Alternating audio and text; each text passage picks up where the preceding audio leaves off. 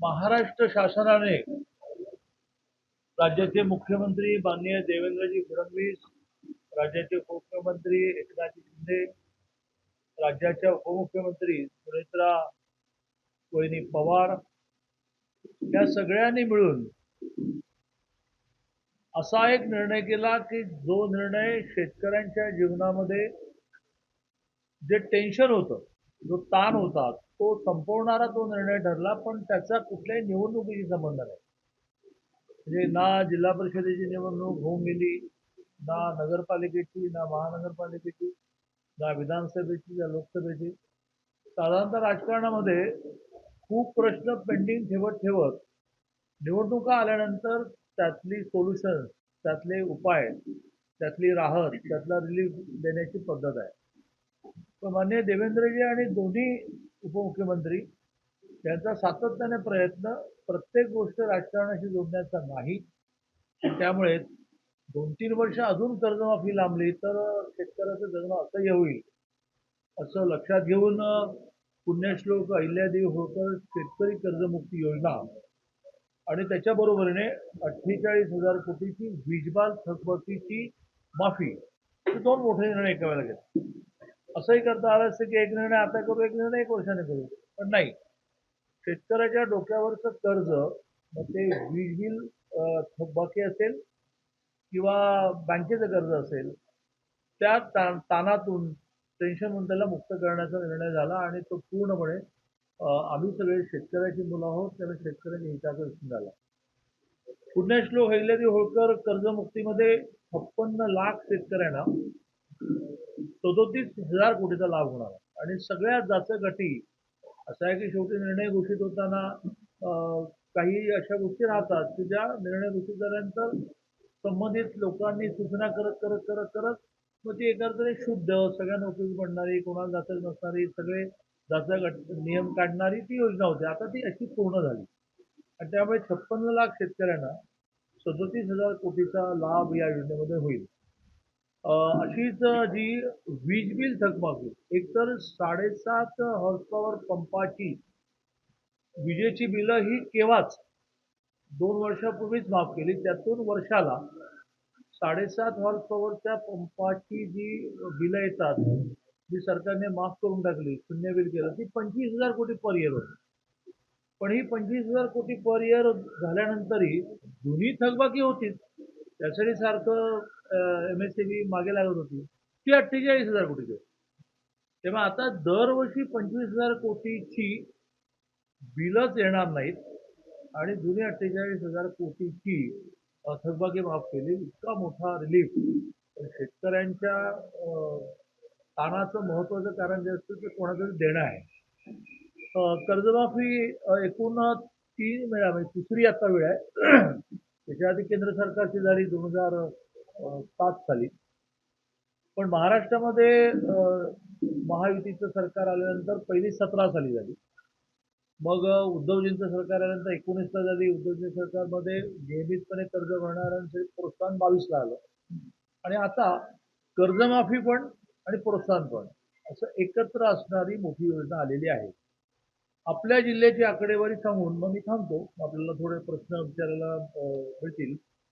तर आपल्या जिल्ह्यातली एक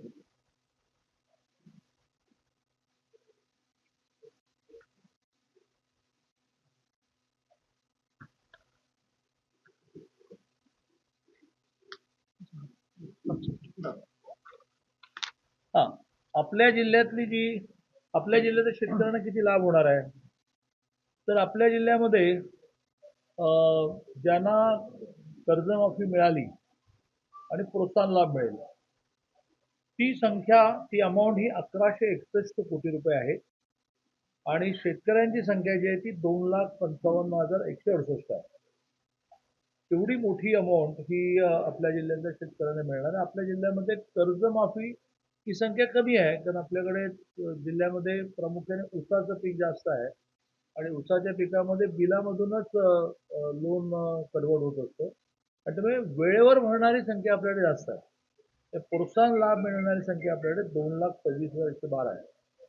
माझी विनंती राहील की ह्यातली सगळी आकडेवारी महत्वाची असल्यामुळे एखाद्या वेळेस आता मी मांडतोय ते ऐका, प्रश्न विचारा, पण सगळ्यांनाच एक व्यवस्थित नोट दिलेली आहे. त्या नोटमध्ये सगळी आकडेवारी आहे. ती ऑलरेडी मिळाल्यामुळे त्या आकडेवारीच्या आधारे विचार हरकत नाही. पण ती आकडेवारी समोर ठेवून आपण बातम्या तयार कराव्यात अशी माझी आपल्याला विनंती आहे. ह्या लोकशाहीची ब्युटी अशी आहे की तुम्ही पण आरोप करू. ते तर लोकसभेचे विरोधी पक्ष नेते आरोप केला याचा अर्थ तो खरा असतो असं नाही. आणि आरोप केल्यानंतर त्यांनी जी मागणी केली आहे ती पूर्ण होणं हे त्या तथ्यांशी जोडलेलं असतं. आता मला एक सांगा, दिल्ली पोलिसांनी एक फार मोठा रिपोर्ट, तुमचे सगळ्यांचे परममित्र, माझे फारच परममित्र राहुल कुलकर्णींचा काल व्हिडिओ पाहिला तर आपल्याला चक्करच येईल ना. तर आपलं राहुल कुलकर्णी आक्षेप काय आहे का, बरं ते तथ्यांच्या आधारे बोलत आहे. तर त्या सगळ्या आंदोलनामध्ये असणाऱ्या संख्येचं बायफर्गेशन त्यांनी दिलं. वाचलं तू माझं राहुल कुलकर्णीचा कालचा व्हिडिओ पाहिला की ज्याच्यामध्ये जे जे होते त्यातले किती जण कुठल्या कुठल्या गुन्ह्यामध्ये होते असं एक पोलिसांनी अनालिसिस केलं. त्याच्या आधीच्या आदल्या दिवशी एक आणखी व्हिडिओ आलाय, मी तुम्हाला फॉरवर्ड करेल. राहुल कुलकर्णीचं तर खूप चाललंय.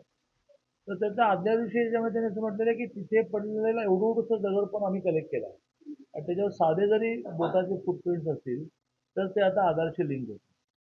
तर त्याच्या आधारे बहुतेक राहुल कुलकर्णींचा कालचा व्हिडिओ आहे की ज्यात त्याने गुन्ह्याचे जेवढे प्रकार जगात असू शकतील त्यातल्या संख्यासहित दिलेल्या आहे की त्यातले कोण जबरी गुन्ह्यांमधले किती जण त्यात होते.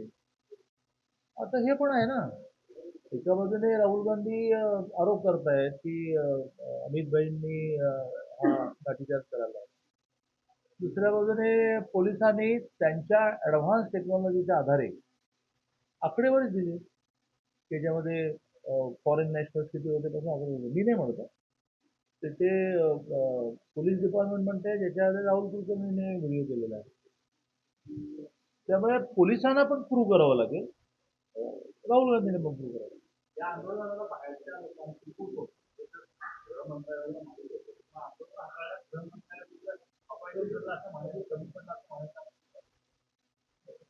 फॉरेन एड, परदेशातली मदत, काही बॅड एलिमेंट त्यात असणं, असं माहिती असतानाच आपण व्यवस्थित टॅकल करायचं का. जोपर्यंत संसदेकडे निघाले नाही तोपर्यंत तर कोणीच काही करत नसतं. माहिती असून काय उपयोग आहे. ते आपोआपच होईल, हळूहळू शांत होईल.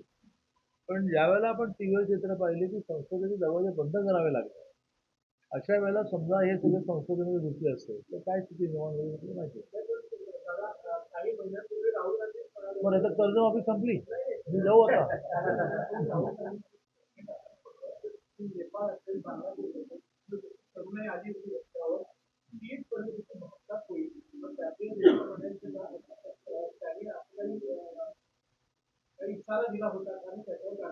माहित नाही, याचा विचार करणारे करतील. तुम्हाला आणि मला आपल्याला स्वतःला असं समजवता आलं पाहिजे की आपल्याला शेतकरी कर्जमाफी बोलायला सांगितलंय त्याच्यावर आपण बोलायचंय. तुम्हाला शेतकरी कर्जमाफी विचारायला सांगितलं त्याच्यावर दोघांनी असं ठरवायला पाहिजे की आता मला जेव्हा हे सांगतील की दिल्लीतलं आंदोलन या विषयावर बोला, काय बोलेल तुम्हाला नीटच माहिती आहे. हो.